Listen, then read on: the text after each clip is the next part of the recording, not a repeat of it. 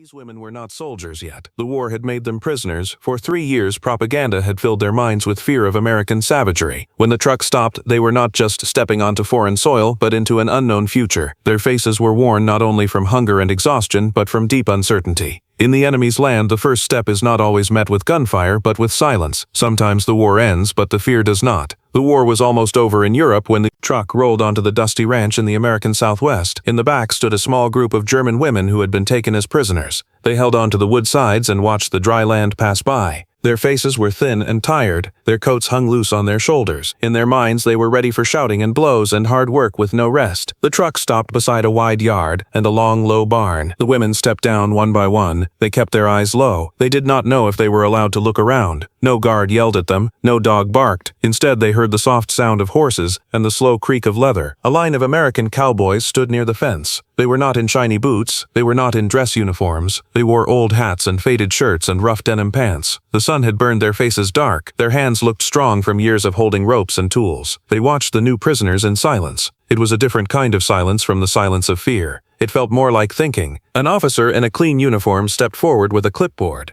He read out the names of the women and the jobs they were to do. Light farm duty, he said. Sorting supplies. Helping in the kitchen. Little work at first. The words sounded simple, yet to the women even light work felt heavy. They had marched and hauled and dug for so long that their legs shook from the memory. A line of American cowboys stood near the fence. They were not in shiny boots. They were not in dress uniforms. They wore old hats and faded shirts and rough denim pants. The sun had burned their faces dark. Their hands looked strong from years of holding ropes and tools. They watched the new prisoners in silence. It was a different kind of silence from the silence of fear. It felt more like thinking. One name was called and a very thin woman stepped up. Her cheeks were hollow. Her coat looked like it belonged to a taller sister. She tried to stand straight because that was what she had been taught to do. The nearest cowboy took off his hat and looked at her with care. Then he spoke. His voice was calm and plain. "You are too thin to work," he said. The interpreter repeated the words in German. The woman stood still as stone. She did not understand. In the camps back in Europe, a thin body did not bring mercy. It meant you would be pushed harder until you broke. Around her, some of the other women glanced at each other. One of them whispered that this must be a trick to test their obedience. The cowboy shook his head. He pointed toward the ranch house. "She eats first," he said. The officer frowned. "These are prisoners," he said, "not guests."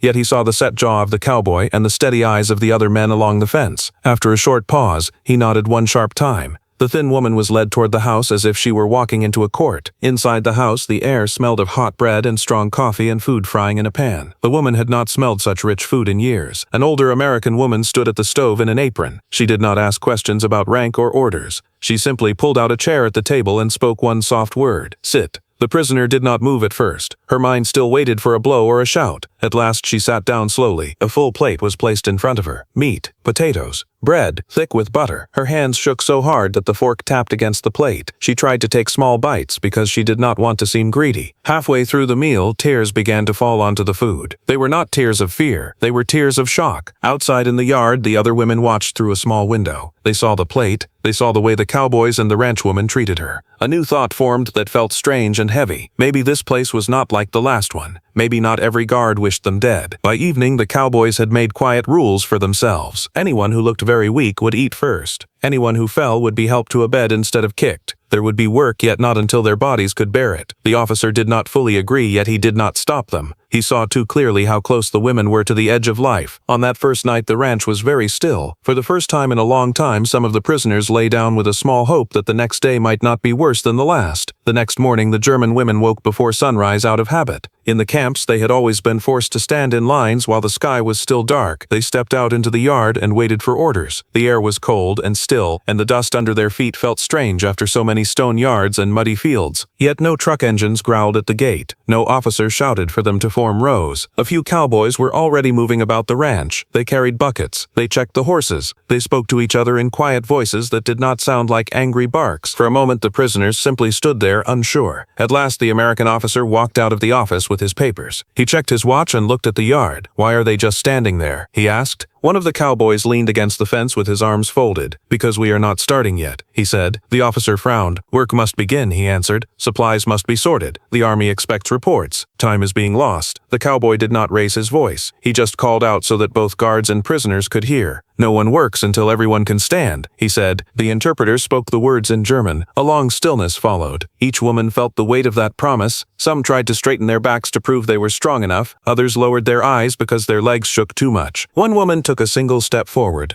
and then her knees gave way. Before the armed guards could react, 2 cowboys were already beside her. They caught her by the shoulders before she hit the ground. "Sit," they told her. "Rest." Their hands were careful and gentle, like hands used to calming frightened horses. The woman let herself be led to a bench near the wall. The officer snapped that this was not how a prisoner's camp should be run, yet the cowboys had made up their minds. That day no work was done. They brought water and extra blankets. They shared food from the ranch kitchen. They walked slowly with the prisoners around the yard so that weak legs could grow stronger. News of this quiet change moved through the camp like a wind. There were no speeches and no grand gestures. Yet the women began to sense that the rules here were softer. They were still watched and they could not leave. Yet they were being treated as people who might live and not as bodies to be used up and thrown away. By the 3rd day, many faces already looked different. They were still thin, yet their eyes were less dull. Some women began to speak in low voices while they washed their hands at the pump. One of them even laughed at a small joke, then covered her mouth in shock as if laughter were forbidden. From his office window, the officer watched these changes with mixed feelings. This was not the strict order he had been trained to follow, yet he could see the clear result. The prisoners walked more steadily. Fewer fell. The camp was calmer. The guard shifts passed with less shouting and less fear. The land itself seemed to rest. Late in the week, a military truck appeared at the gate. This time it held no boxes or sacks. It held men in higher rank with sharp eyes and clean boots. They stepped down and looked at everything. They saw that the women were not lined up in tight rows.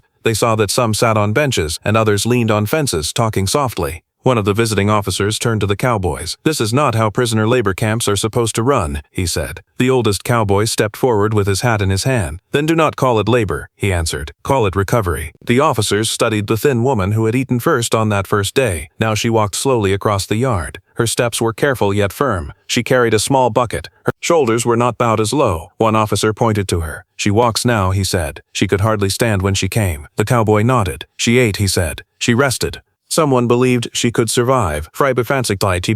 After a long talk in the office, new orders were written. The women would not be sent to heavy work in factories or fields. They would stay at the ranch until they were strong enough to travel home or to safe camps. When the news was shared through the interpreter, there was no wild cheering. Many of the women simply stood still with tears running down their faces. Hope was a strange feeling, and it hurt in its own way. A few days later, trucks came again to carry the women onward. This time, the cowboys lined the fence without words. They held their hats at their sides. The thin woman who had eaten first climbed onto the back of a truck. Before she sat, she turned and faced the yard. She did not wave, yet she stood straight and tall. For the first time since the war had begun, she felt like more than a number. The engines roared and the trucks rolled away. Dust rose and slowly settled over the quiet ranch. The cowboys stood in place until the last shape had vanished on the road. History books would not speak of this small camp, or of the food and rest given there, yet the memory would live in the minds of the women who had been saved, and in the hearts of the men and women who had chosen kindness in a brutal time.